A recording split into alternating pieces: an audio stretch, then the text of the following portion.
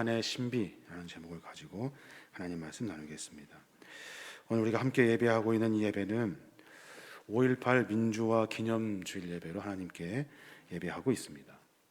여러분 잘 아시겠습니다마는 광주 민중항쟁은 1980년 5월 18일부터 5월 27일까지 광주 시민과 전라남도민이 중심이 되어서 민주정부를 수립하고 그리고 전두환 보안사령관을 비롯한 신군부 세력을 퇴진시키고 계엄령을 철폐하는 것들을 요구하면서 그러면서 전개한 대한민국의 민주화 운동입니다. 1980년 유신 독재 체제에 이은 신군부 세력이 전두환과 노태우 그리고 육사 선후배가 모인 하나회가 주도가 되어서 백성을 탄압하는 정치를 시작합니다. 그러면서 국민들의 불만을 고조시켰고 이것은 전국적인 시위를 야기하게 됩니다. 전두환과 신군부 세력은 더 이상의 혼란을 방지하기 위해서 5월 17일 계엄령을 선포하고 정치 활동을 금지시키고 각 학교마다 휴교령을 내립니다. 또 언론사들마다는 언론의 보도를 검열을 하고 그리고 많은 조치가 내려서 전국은 혼란 속으로 빠져들게 됩니다. 각 대학은 휴교령이 내려지면서 동시에 학교마다 계엄군들이 주둔하게 되고 여러 가지 일들로 정말로 많은 시위들이 그 안에서 벌어지게 됩니다. 1980년 5월 18일 광주의 전남대학 학생들은 등교가 거저되자 계엄령과 휴교령 해제를 외치면서 시위를 하게 됐고 그러면서 충돌이 발생하게 된 거예요. 계엄군의 진압을 피해 도심으로 진출한 대학생들은 시민들의 저항에 계엄군들은 무차비한 총기를 난사하고 그리고 또 구타와 연행을 일삼고 그것도 모자라서 장갑차와 중부장 행기를 동원하여서 학생들과 시민들을 탄압합니다. 한순간에 온 도시는 전쟁터로 바뀌어 버립니다.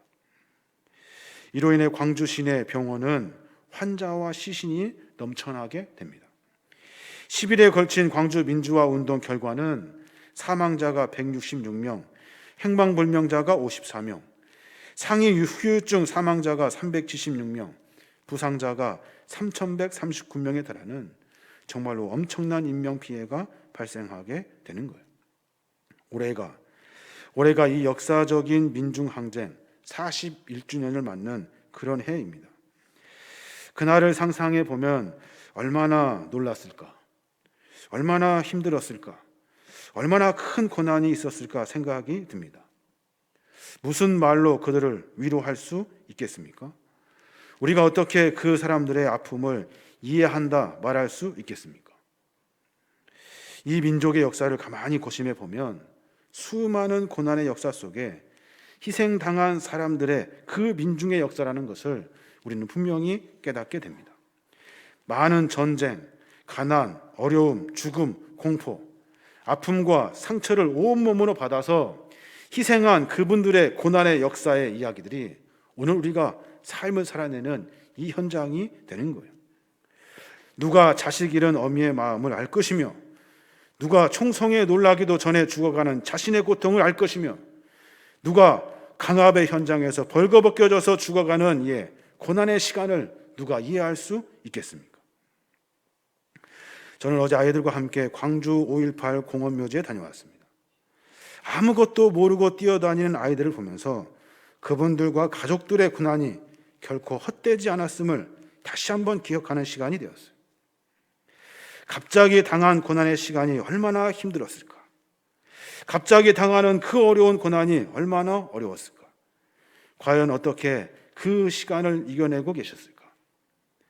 그러면서 인생의 고난에 대해서 우리가 어떤 자세가 필요한가에 대한 고민을 하게 되었어요. 사람은 누구나 다 고난을 만나게 됩니다.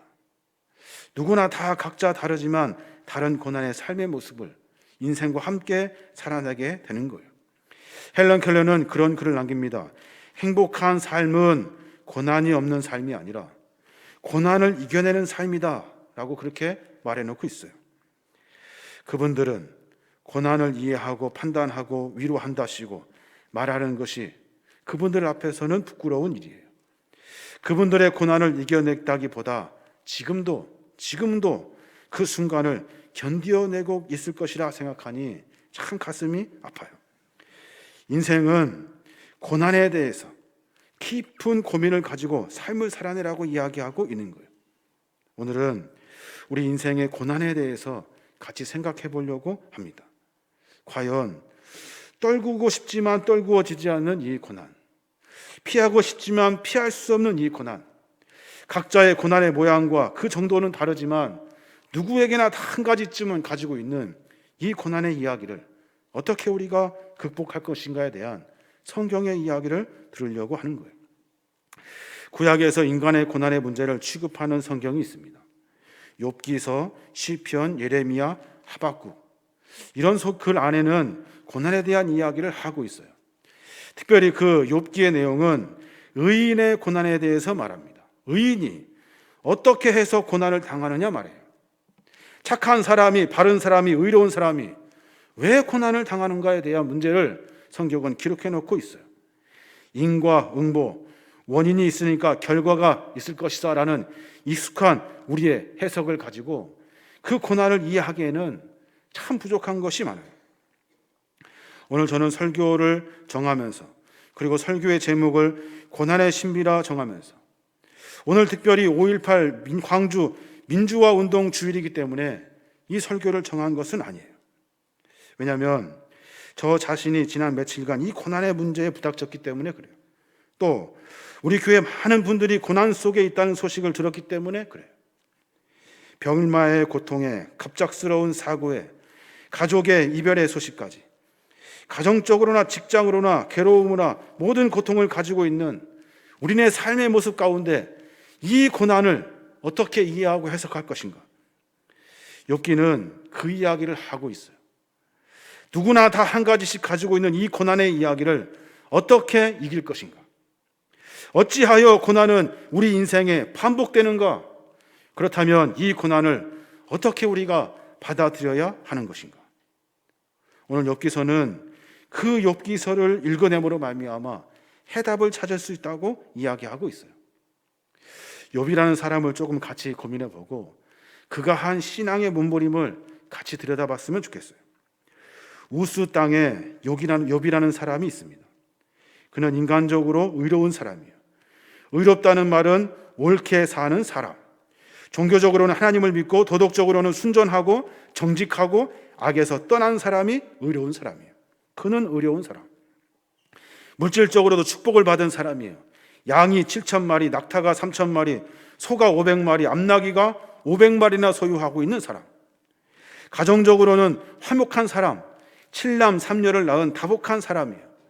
자녀들이 매일 저녁에 함께 모여 식사를 하며 서로 화목의 이야기를 나눕니다. 자녀를 위해서 속죄 제사도 빠짐없이 드렸던 사람. 가정의 경건의 문제를 가지고 매번 고민했던 사람이에요.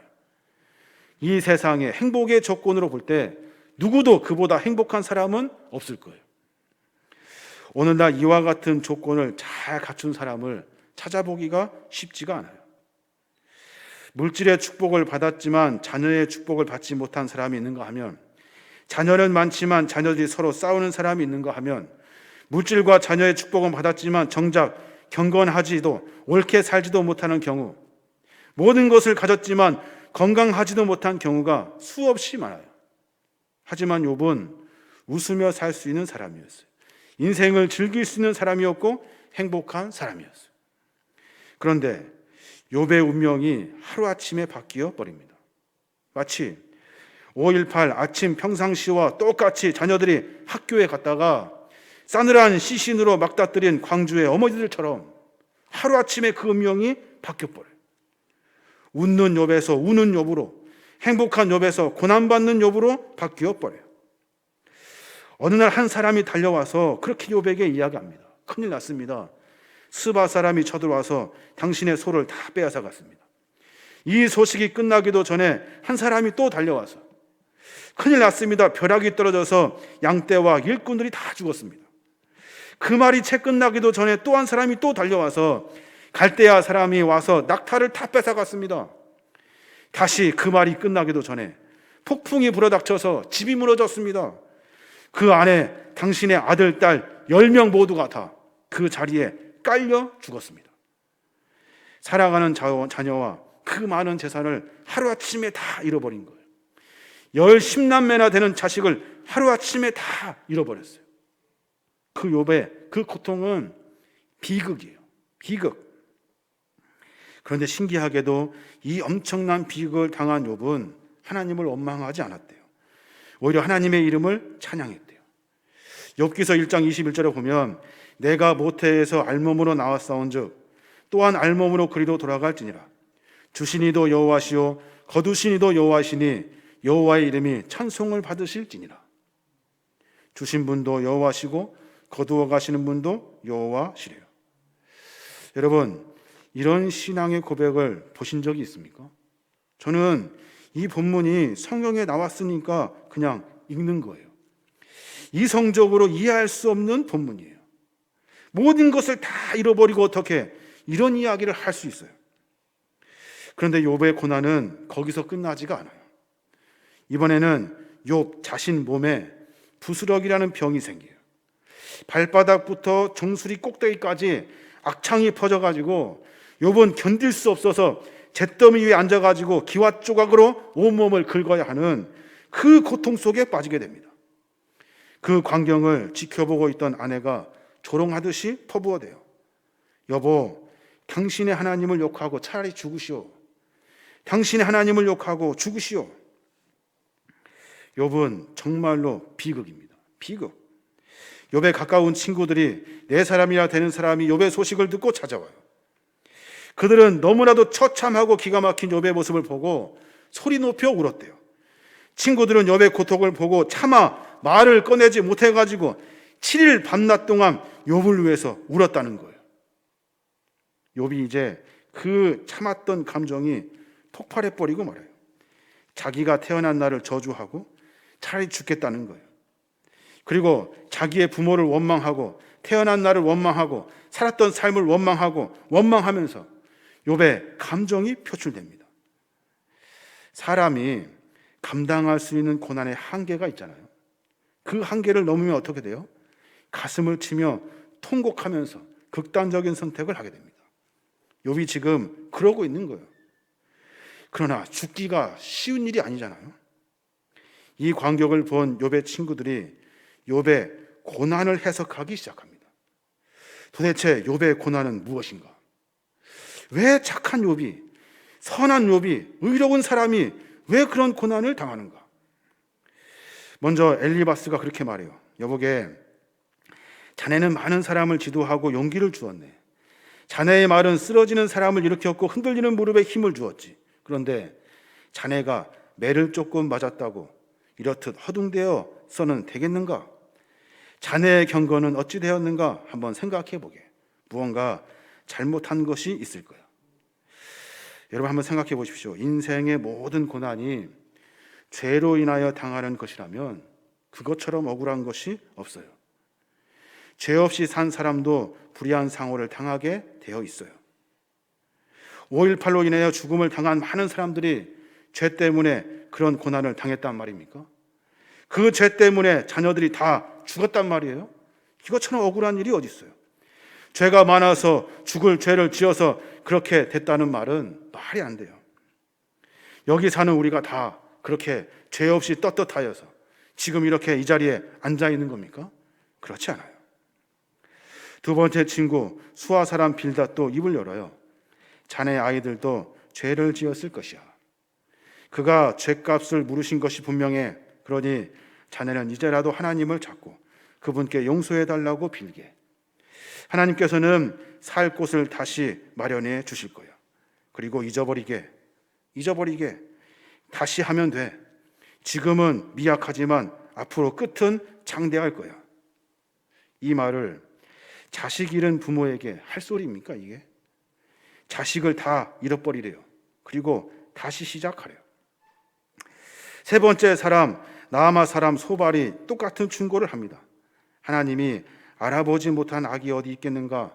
그에게 손을 내밀어 악에서 손을 떼고 불의를 장막에서 몰아내게. 그러면 괴롭던 일은 다 잊혀져 흘러간 물처럼 기억에서 사라지겠지.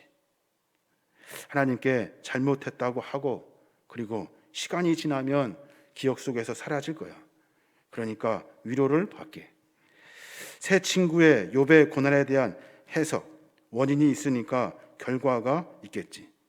욥, 너는 죄가 있어서 고난을 받는 거야. 그것은 벌이야. 그러니까 회개하면 돼. 다시 좋은 복을 받으면 돼 라고 설명하고 있는 거야. 근데 욥은 이러한 고난의 해석을 단호하게 거부합니다. 단호하게 거부해요. 신앙의 방식으로 자기가 스스로 고난의 문제를 풀어갑니다. 고난을 어떻게 해결할 수 있을까요? 고난을 어떻게 해석할 수 있을까요? 자, 여러분, 거기에서부터 잘못된 거예요. 우리가 욥이 한 것처럼 고난을 판단하면 안 돼요. 고난을 판단하면 안 돼요. 고난과 재난이 죄의 값이라고 단정하든지 누구 때문이라고도 하면 안 돼요. 인생이 당하는 고난을 인간이 이렇다 저렇다 판단할 것이 아니기 때문에 그래요. 그래서 욥은 친구들의 충고에 끝까지 반대하고 스스로 고난에 대해 판단하지 않기로 합니다. 문제를 직접 하나님과 대면하여 해결하겠다는 거예요. 각자 다 고난의 정도가 달라요. 누가 얼마큼 잘났다고 하여 상대방의 고난을 평가하고 판단하겠습니까? 그런 일은 있어서는 안 돼요. 공동 번역을 보니까 욥이 고난을 대하는 태도가 나와요. 욥기서 19장 25절부터 보면 욥이 그렇게 말해요. 나는 믿는다. 나의 변호인이 살아있음을, 나의 후견인이 마침내 땅 위에 나타나리라. 나의 살갗이 뭉그러져 이 살이 질그러진 후에라도 나는 하느님을 뵙고야 말리라. 자기의 고난 앞에 하나님은 나의 변호인이 되어주시고 하나님은 나의 삶의 동행자가 되어주실 거라서 고민하고 있는 거예요. 내 고난이 어쩌니 저쩌니 판단하지 않고 누구 때문이니 하지 아니하고 나의 변호인인 나의 후견인인 하나님께 내 삶의 고난이 깊어져서 뭉그러지고 살이 질그러진 후에라도 내가 하나님이 하실 것을 믿고 신뢰한다는 말이에요. 참 어려운 일인 것 같아요. 고난을 판단하지 않고 하나님께 이 고난을 맡겨드리는 거예요. 하나님이 도대체 무슨 계획을 가지고 계신지 내가 하나님께 직접 물어야 되겠다고 이야기하고 있는 거예요. 사도 바울은 이 욥의 신앙을 이해한 듯해요. 그래서 고난에 대해서 이렇게 정의합니다. 고린도서 10장 13절에 보면 사람이 감당할 시험 밖에는 너희에게 당할 것이 없나니 오직 하나님은 미쁘사 너희가 감당치 못할 시험 당함을 허락지 아니하시고 시험 당할 즈음에 또한 피할 길을 내사 너희로 능히 감당하게 하시느니라. 그러니까 사람이 감당 못할 시험을 하나님은 주시지를 않는다는 거예요. 바꾸어 말하면 하나님은 우리 모두에게 인생이라 하는 고난을 주신다는 거예요. 정도의 차이는 있지만 그리고 여러 가지로 다르지만 그 고난이 누구와 비교하고 판단하여 크고 작고가 아니라 인생이라 한다면 감당해야 될 시험이 있다는 거예요. 어렵고 힘든 일입니다. 상대방의 고난에 대해서 이야기하기가 쉽지가 않아요. 고난을 당한 것이 문제가 아니라 고난을 당하게 하신 하나님이 중요한 거예요. 그러니까 누구에게 물어야 돼요? 고난은 불평하고 원망하는 것으로 풀어내는 것이 아니라 다시 하나님께 물어야 하는 거예요. 욥이 친구들의 말을 듣습니다. 너무나도 생각이 다른 욥이 친구들에게 정말로 힘든데 힘을 모아서 한마디를 해요. 공동 번역을 보면 이렇게 번역해 놓고 있어요. 욥기서 13장 10절부터 보면 여보게 나도 모든 것을 눈으로 보았고 귀로 들어 아는 만큼 안다네. 자네들이 아는 만큼은 나도 알고 있으니 자네들만큼은 모르려니 생각하지 말게. 내가 참으로 통사정을 나누고 싶은 이는 전능하신 분 하나님께 드릴 말씀을 내가 드리려 하네. 자네들은 고작 거짓말이나 꾸며내는 사람들 모두들 하나같이 돌팔이 의사 입을 좀 다물게 그러는 편이 현명할 것일세. 모르는 소리 하지 말라는 거예요. 고난 앞에 어려움 당한 이들 앞에 하나님의 어떤 계획이 있든지 어떤 의도가 있든지 모르면 가만히 있으라는 거예요. 상대방의 고난을 보고 말할 것이 아니라는 거예요. 저는 5.18을 맞이하여서 왜 그들은 그런 고난을 당하였을까? 왜 그들은 이렇게 힘든 시간을 보내고 있을까? 왜 그들은 갑자기 그렇게 어려운 일을 당하였을까? 라는 생각하면 생각할수록 이 고난의 문제는 하나님께 맡기는 것밖에 없어요. 오늘 고난의 아우성 속에서 우리 자신에게 권하고 싶은 하나님의 말씀은 고난의 상황에서도 하나님을 부를 수 있는 믿음의 용기를 가지라는 거예요. 어려움이 있을 때마다 고난 앞에 좌절하고 절망하여 넘어질 일이 아니라 어려움이 있을 때마다 하나님을 다시 찾는 거예요. 예레미야 33장 3절에 보면 그런 말씀이 있어요. 너는 내게 부르짖으라 내가 내게 응답하겠고 내가 알지 못하는 크고 비밀한 일을 내게 보이리라. 왜 하나님이 부르짖으라고 말합니까? 왜 하나님이 부르짖으라고 말해요? 크고 비밀한 일을 보려고? 이보다 더 많은 것을 누리려고? 더 많은 것을 가지려고? 더 큰 일들을 보려고 부르짖는 이유가 아니에요. 오늘 본문의 배경을 정확히 이해해야 돼요. 핵심은 뭐냐면 너는 왜 고난이 있으면서 하나님을 안 찾니? 라고 말하고 있는 거예요. 예레미야의 상황은 고난의 연속에서 헤어나오질 못해요. 예레미야는 유다 최악의 암흑기의 선지자예요. 유다 왕국의 최후의 순간을 겪으면서 기울어 가진 나라를 온몸으로 바로잡으려고 몸부림쳤던 사람이에요. 이스라엘 땅 가운데 바벨론의 침략이 있었고 온 백성은 포로로 다 잡혀갑니다.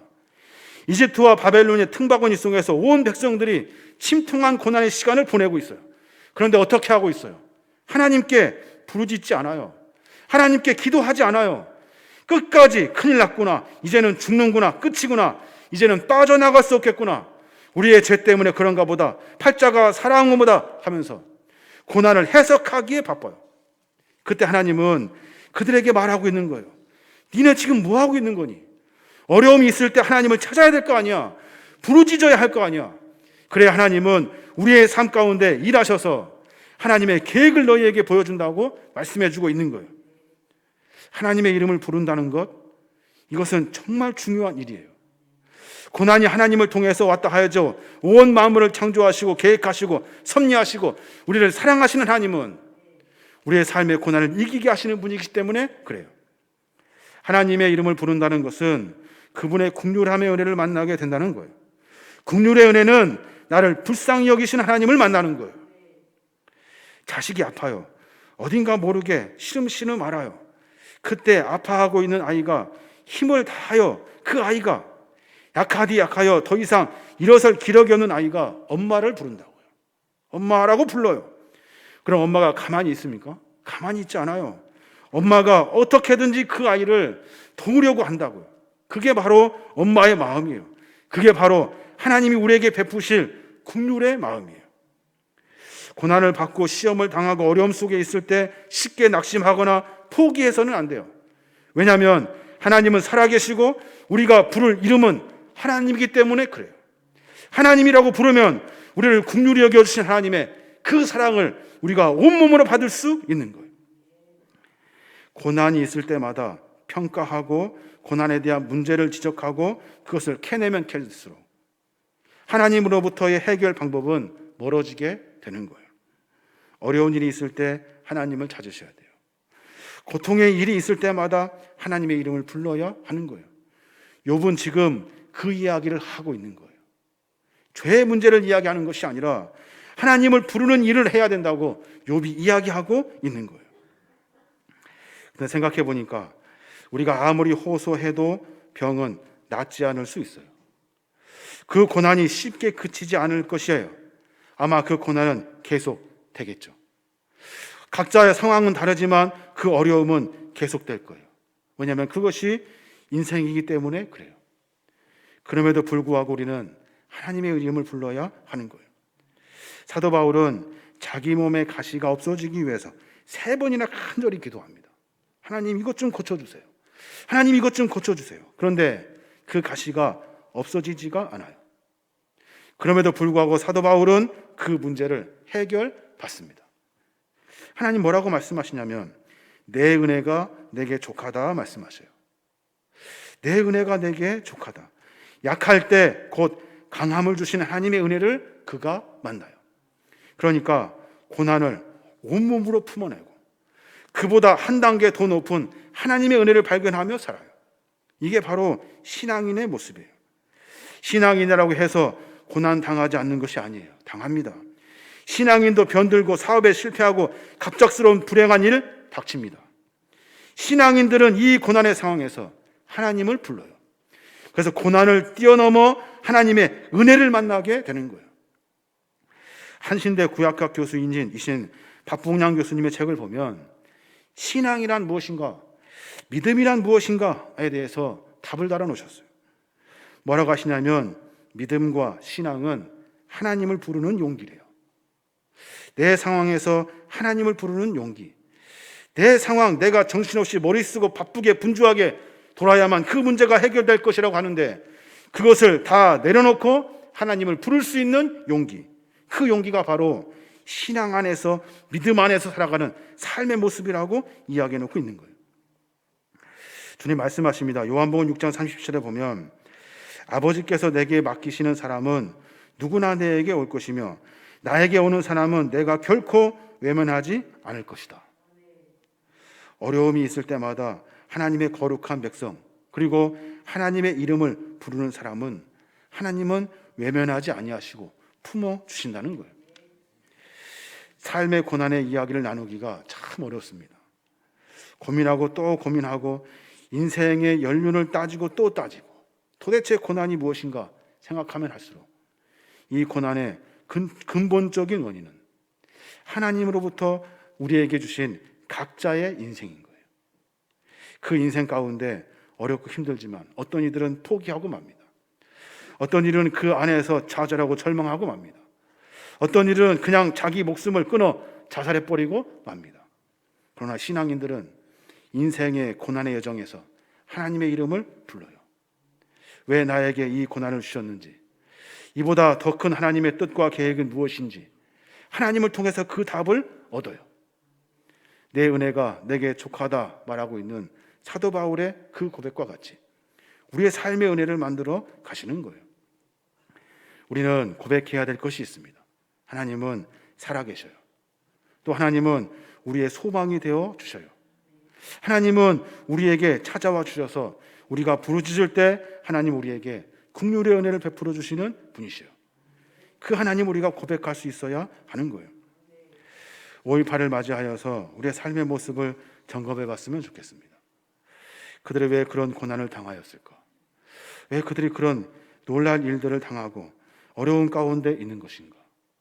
생각하면 할수록 어렵고 억울하고 분통하고 해결되지 않는 문제이지만 하나님의 입장에서 바라봤을 때는 정말로 안타까우고 힘든 일이지만 하나님의 역사를 일구어 가시려고 하시는 하나님의 뜻이 있음을 알고 하나님께 맡겨드릴 때 하나님의 은혜를 우리가 만나게 되는 거예요. 우리의 삶의 모습을 하나씩 하나씩 점검하여서 고난 가운데 내 생각을 앞서 놓는 것이 아니라 고난이 있을 때 하나님의 이름을 부를 수 있는 저와 여러분이 되시길 바랍니다. 살아계신 하나님을 고백할 수 있는 저와 여러분이 되시길 바랍니다.